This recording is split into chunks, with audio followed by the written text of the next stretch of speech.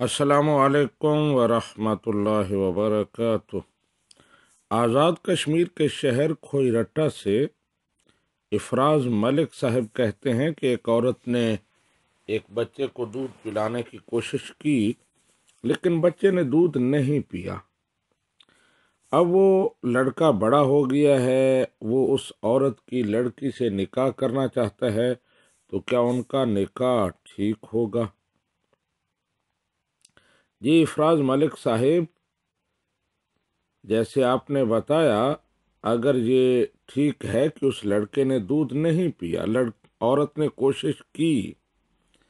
لیکن لڑکے نے دودھ نہیں پیا، دودھ اس کے حلق سے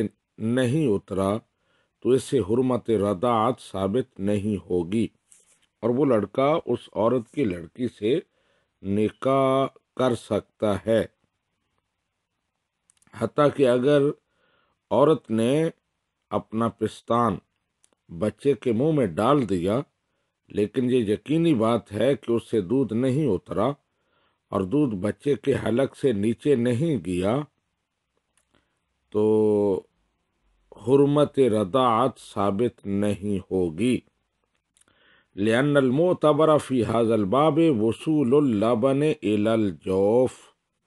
کیونکہ حرمت رضاعت میں اعتبار اس بات کا ہے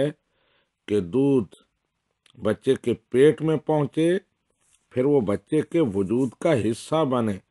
اس کا جسم اس سے غذا حاصل کرے، تربیت حاصل کرے، تو پھر حرمت ثابت ہوتی ہے۔ یہاں وہ شرط نہیں پائی گئی، حتیٰ کہ آپ کے بیان سے یہ پتہ چلتا ہے کہ بچے نے اس عورت کا پستان بھی منہ میں نہیں لیا، تو اس لیے